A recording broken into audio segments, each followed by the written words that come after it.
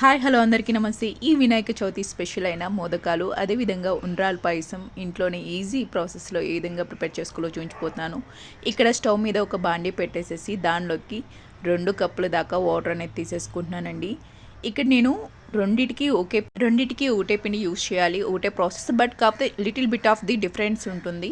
So అందుకని చెప్పి నేను 2 కప్పులు వాటర్ తీసుకున్నాను. దీనిలోకి పావు స్పూన్ సాల్ట్, అదేవిధంగా 2 స్పూన్లు బెల్లం, 1 స్పూన్ నెయ్యి తీసేసుకుని బెల్లం పూర్తిగా కరిగాక దీనిలోకి 2 కప్పుల దాకా పొడి బియ్య పిండిని తీసేసుకోవాలండి.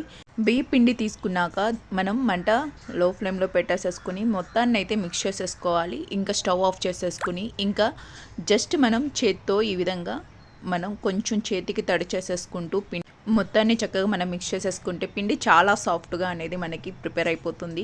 ఈ విధంగా పిండి అయితే మనం ప్రిపేర్ చేసుకున్నాం కదా. ఇప్పుడు స్టవ్ మీద నేను ఒక బాండీలోకి ప్రిపేర్ చేసుకోవటం కోసము పావు కప్పు బెల్లం తీసేసుకున్నాను. అదేవిధంగా బెల్లం మునిగేంత వరకు కొంచెం వాటర్ తీసేసుకుంటున్నాను. మీడియం ఫ్లేమ్లో పెట్టేసేసుకుని మనకి బెల్లం కరుగుతుండగా దీనిలోకి అయితే 1 స్పూన్ డ్రై ఫ్రూట్స్ పౌడర్, అదేవిధంగా ఒక అరకప్పు దాకా మనం పచ్చి కొబ్బరి అనేది వేసేసుకుంటున్నాను.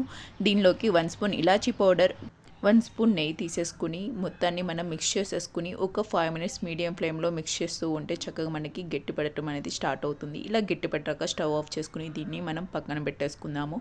ఇప్పుడు మనం ఇందాక ఆల్రెడీ ప్రిపేర్ చేసుకున్న పిండిని అయితే ఇక్కడ నేను 2 పార్ట్స్కి అనేది డివైడ్ చేసేసాను. ఒకటి మోదకాలకి, మరొకటి ఉండ్రాళ్ళ కోసం అని చెప్పి.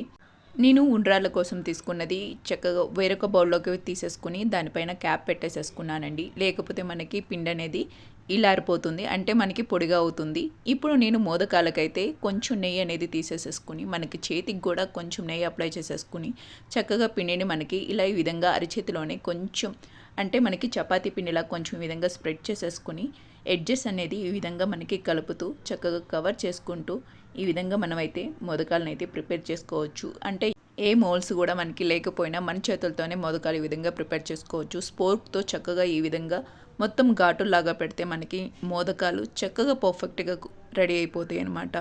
చూడండి ఎంత చక్కగా నాకు మోదకాలు అనేవి రెడీ అయిపోయినాయో. ఈ విధంగా రెడీ అయిపోయిన మోదకాలు నేను ఇక్కడ ఇడ్లీ పాత్ర ప్లేట్కి అయితే ఇక్కడ నేను కొంచెం నెయ్యి అనేది అప్లై చేసేసి ఈ మోదకాలని మొత్తాన్ని ఇక్కడ నేను కుక్ చేసేసుకుంటున్నాను. ఇక్కడ ఇడ్లీ పాత్రలో అడుగున కొంచెం వాటర్ తీసేసుకుని ఇక్కడ మోదకాలు అనేవి నేను ఇలా పైకిన ఈ విధంగా అయితే నేను పెట్టుకుని చక్కగా మనం కుక్ చేసేసుకుంటున్నానండి.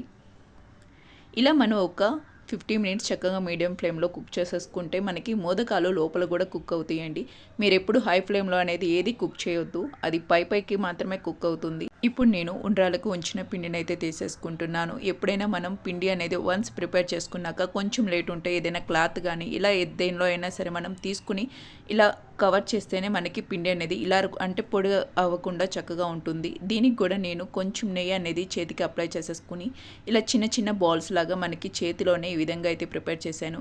కొంచెం నెయ్యి యూస్ చేసుకోవడం వల్ల మంచి టేస్టే కాదు, ఉండ్రాలకి మంచి షైనింగ్గా కూడా అనిపిస్తాయి మనకి ఎప్పుడైనా. ఇప్పుడు స్టవ్ మీద ఒక బాండి పెట్టేసేసి దేనిలో అయితే మనం ప్రిపేర్ చేసుకుంటున్నామో ఉండ్రాల పాయసం, దానిలోకి నేను ఇక్కడ ఒక 1/2 లీటర్ దాకా పాలు తీసేసుకుంటున్నాను. 1/2 లీటర్ పాలలోకి కొంచెం వాటర్ పోసేసి పాలు అనేవి ఒక పొంగు వచ్చాక మనం ప్రిపేర్ చేసుకున్న ఉండ్రాలు అనేవి దీనిలో అయితే నేను యాడ్ చేసేసుకున్నానండి.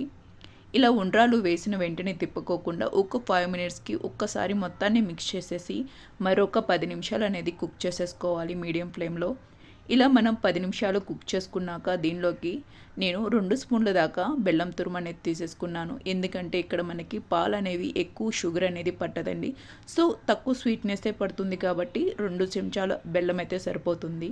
కొంచెం షుగర్ క్వాంటిటీ ఎక్కువ తినే వాళ్ళైతే మరొక స్పూన్ అయితే వేసుకుంటే సరిపోతుందండి. ఇలా పాలు మరుగుతూ ఉండగా నేను ఇక్కడ మరొక బౌల్లోకి 1 స్పూన్ దాకా పొడి బియ్య పిండి తీసేసుకుంటున్నాను. దానిలోకి కొంచెం వాటర్ తీసేసుకుని జస్ట్ మనకి ఏమాత్రం ఉండలు లేకోకుండా ఈ పొడి బియ్య పిండి మొత్తాన్ని అయితే మిక్స్ చేసేసుకున్నాను. ఈ విధంగా మిక్స్ చేసుకున్నది మనకి ఇలా పాలలో యాడ్ చేసేసుకోవాలి. ఇలా యాడ్ చేసుకున్న వెంటనే మనం ఇలా గరిటెతో తిప్పుతూ ఉంటే ఏమాత్రం ఉండలు కట్టుకోకుండా మొత్తం అనేది పిండి మొత్తం కలుస్తుంది. అదేవిధంగా దీనిలోకి 1 స్పూన్ పచ్చి కొబ్బరి తురుము, అదేవిధంగా 1 స్పూన్ డ్రై ఫ్రూట్స్ కూడా తీసేసుకుంటున్నాను.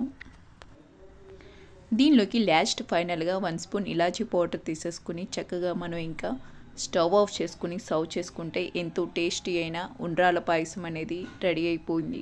చాలా టేస్టీగా ఉంటుంది, ఎంతో స్పెషల్గా కూడా ఉంటుంది. అండ్ దెన్ మోదకాలు కూడా చాలా టేస్టీగా ఉంటాయండి. డెఫినెట్గా మీరు ట్రై చేసి మీకు ఏ విధంగా వచ్చిందో నాకైతే కామెంట్ చేయండి. Thanks for watching. Thank you so much. Please like, share and subscribe.